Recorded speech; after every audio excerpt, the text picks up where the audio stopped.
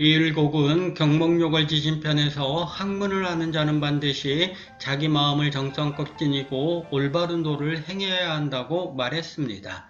세속의 자질구레한 일로 자기 뜻을 어지럽히지 않아야 학문의 튼튼한 기초가 이루어진다는 말도 했습니다. 율곡은 어머니 신사임당의 죽음 이후 수년간 정신적 방황을 했습니다. 이때 그는 정신, 곧 마음을 다잡아 안정시키는 공부야말로 인생에서 가장 소중한 이치임을 깨달았습니다. 정신 공부를 하려면 오랫동안 제멋대로 풀어놓은 마음을 뜻하는 구방지심을 경계해야 했습니다. 자경문이란 글에서 율곡은 마음은 살아있는 사물이며 잡념과 헛된 망상을 없애림으로 완성하기 전에는 마음이 요동치는 것을 안정시키기 어렵다고 이야기합니다.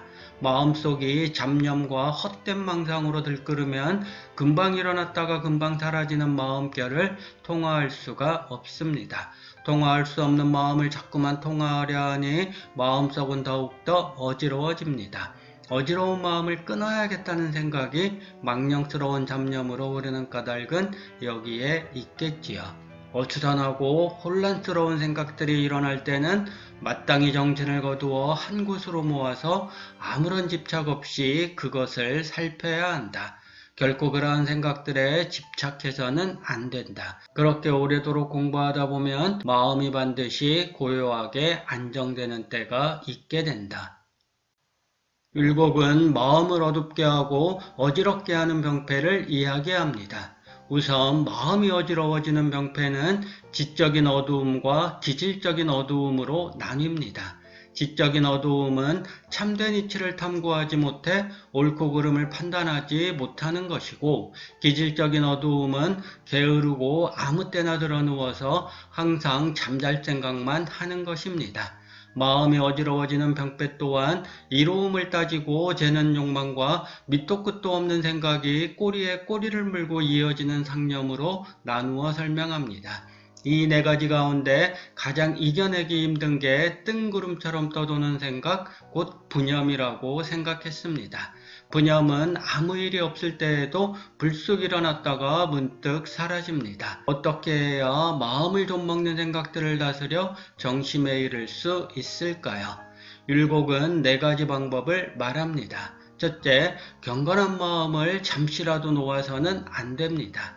경건한 마음이란 모든 일과 사물을 대할 때 항상 공경하고 겸손하며 삼가는 마음을 가리킵니다. 둘째, 일할 때는 하는 일에 집중하고 쉬고 있을 때 생각이 일어나면 반드시 그 생각이 무엇인가 살피고 헤아리는 것입니다. 사악한 생각이면 끊어내야 하고 선한 생각이면 그 이치를 탐구하고 드러내 밝혀야 합니다. 셋째, 뜬구름과 같은 생각을 끊어내려고 애쓰지 않아야 합니다. 끊어내고자 하는 마음이 집착으로 올라서는 안 된다는 얘기지요. 넷째, 마음을 다스리는 공부를 열심히 하되 효과를 빨리 보려는 생각은 버려야 합니다. 마음 공부는 하루아침에 이루어질 수 없습니다. 끊임없이 제 마음을 들여다보는 과정에서 신압으로 이루어지는 게 마음 공부입니다. 마음 공부는 늘 일상과 긴밀하게 이어져 있습니다. 마음 공부는 관념이 아니란 말입니다. 율곡은 퇴계 이황으로부터 주일무적과 주경을 배웠습니다. 주일무적은 마음이 하나로 집중되어 흩어지지 않는 것을 뜻합니다. 성악십도에서 퇴계는 오직 마음을 전일하게 하여 모든 만물의 변화를 감찰하여야 한다고 말했습니다. 동쪽으로 간다 하고 서쪽으로 가서는 안 되며 남쪽으로 간다 하고 북쪽으로 가지 말아야 합니다. 지금 하는 일에 정성을 다하고 다른 일에 마음을 두지 않아야 비로소 일하는 목적을 이룰 수 있습니다. 율곡은 자경문에서 일할 때 오로지 한 마음으로 하는 것 또한 마음을 안정시키는 공부이다라고 말했습니다. 한 마음이란 어둡고 어지러운 마음도 아니고 집착하는 마음도 아닙니다. 그것은 지금 하는 일의 핵심을 관통하는 마음을 가리킵니다. 퇴계가 주경, 즉 경을 근본으로 삼아 늘 공경하고 조심하고 삼가며 정성을 다하는 마음을 강조한 까닭은 여기에 있습니다. 대개선상에게 올리는 별지에서 율곡은 고요함 속에서 마음이 한 가지로 집중되어 흩어지지 않는 것을 공경함의 본질로 표현합니다. 끊임없는 움직임 속에서 온갖 변화에 대응하면서도 그 주제자를 잃지 않는 게 바로 공경함의 작용입니다. 마음을 안정시키는 공부인 정심은 마음을 하나로 집중하여 흩어지거나 어수선하게 만들지 않고 오로지 공경하고 삼가며 정성을 다하는 마음으로 배움과 실천을 지극하게 행하는 것이라고 율곡은 강조합니다. 마음이 고요해져야 그 처음 바가 편안하고 마음이 편안해야 생각이 깊고 능이 얻는 것이 생깁니다. 고요한 마음이란 스스로 공경하고 삼가는 마음을 의미합니다. 대개는 욕망에 이끌리지 않고 본연의 상태를 지키는 존심과 본성을 기르는 일을 독실하게 하여 의로움과 이치를 헤아리는 양성을 이야기했습니다. 이를 중도라는 말로 표현해도 좋겠지요. 퇴계 이황과 더불어 율곡의 정신공부에 멘토 역할을 한 사람이 남명조식입니다. 남명은 항상 칼을 차고 다녔습니다. 바깥 사물의 유혹과 욕망을 단호하게 끊어내겠다는 의지를 표현한 것이지요. 동시에 남명은 성성자라고 이름 붙인 방울을 옷에 늘 차고 다녔습니다. 방울 소리가 날 때마다 자기 마음을 항상 들여다보았다고 하네요. 남명은 제자들에게 오직 주경과 구방심지공을 가르쳤습니다. 주경은 공경함과 삼감과 정성스러움을 위주로 해서 마음을 밝게 하는 것을 뜻하고 구방심지공은 제멋대로 논의는 마음을 다스리는 것을 뜻합니다. 마음을 항상 밝게 하고 다스리는 일은 단번에 이루어지지 않습니다. 늘 자기 마음을 들여다보는 노력을 기울여야 약간의 틈이라도 보이면 미친 듯이 날뛰는 마음을 다잡을 수 있습니다.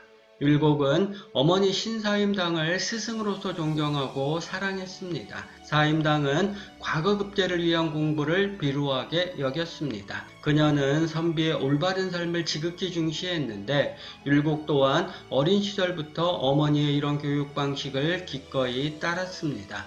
사임당이 갑작스레 죽음을 맞이하자 율곡의 마음은 이내 허물어졌습니다. 3년 심효살이를 끝마친 율곡은 어머니를 잃은 시름을 견디지 못하고 불교의 깨달음을 구하기 위해 금강산으로 떠났습니다. 19살 때 일이었습니다. 침식을 잊은 채 부처의 가르침을 공부했지만 그럴수록 마음속 고뇌와 번뇌는 더욱더 깊어졌습니다. 불교의 역설은 그다지 기묘한 것이 없다. 다만 이 마음이 이리저리 내달리는 길을 끊은 다음 정진을 한 곳으로 모아 지극히 고요하고 허명한 경지에 이르도록 하려는 것일 뿐이다. 이에 가상으로 화두를 정해서 무리들이 여기에 의지해 참선하도록 했다. 그리고 사람들이 이런 뜻을 알고 참선에 전념하지 않아 끝내 아무것도 얻지 못할까 두려워 다른 공부를 하지 못하도록 금계를 만들어 속였다. 불교학설이 실제로 이런지는 중요하지 않습니다. 중요한 것은 성리학을 공부한 율곡이 불교를 거쳐 다시 성리학에 더욱더 관심을 기울이게 되었다는 점입니다. 사랑하는 어머니를 잃고 율곡은 마음을 다잡지 못하고 정신적으로 방황하는 상황에 이르렀습니다. 불교 공부를 통해 불안한 마음 상태에서 벗어나려고 했지만 불교 공부의 한계를 절감할 따름이었습니다. 이 한계 지점에서 그는 정심을 공부하는 길로 다시 들어섭니다. 마음을 고요하게 해야 바깥 사물에 휘둘리지 않습니다. 어머니의 죽음이라는 바깥 사물에 휘둘려 고요한 마음을 잃고 나서의 율곡은 정심 공부의 소중함을 새삼 느끼게 된 것입니다. 율곡은 성악지뷰에서 제왕이 반드시 갖추어야 할 마음 공부를 8가지로 정리했습니다. 첫째, 마음 공부는 어지러이 흩어진 마음을 거두어들이는 것에서부터 시작합니다. 자기 마음을 들여다보는 데서 마음 공부가 비롯된다는 말입니다.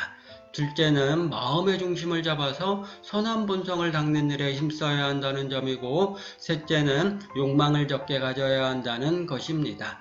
선한 본성을 지닌 사람이 지나친 욕심을 부릴 리 없습니다. 넷째는 오직형, 즉 공경하고 두려워하며 삼가고 정성을 다하는 마음을 가져야 한다는 점입니다. 이 마음을 지켜야 늘 마음의 안정을 유지해야 한다는 5개 항목이 가능해집니다. 여섯째는 기쁨, 성냄, 슬픔, 즐거움, 두려움, 사랑, 욕망의 7가지 감정에 치우치지 않도록 절제해야 한다는 점이고, 일곱째는 마음을 항상 올바르게 유지해 사지육신이 마음의 명령에 따라 움직이도록 해야 한다는 점입니다. 마음이 몸의 주인이 되어야 한다는 말이지요. 마지막 여덟째는 경으로 안을 반듯하게 하고 의로서 밖을 반듯하게 해야 한다는 점입니다. 공경하고 삼가는 마음을 지녀야 바깥 사물을 반듯하게 대할 수 있다는 맥락이 숨어 있습니다. 경이 마음 깊은 자리를 다스리는 원리라면 의는 바깥 사물을 대하는 원리라고 할 수 있습니다. 공경하고 삼가는 마음으로 경을 실천하고 단호한 마음으로 의를 실천하는 길에서 율곡은 정심으로 가는 드넓은 길을 찾은 셈입니다.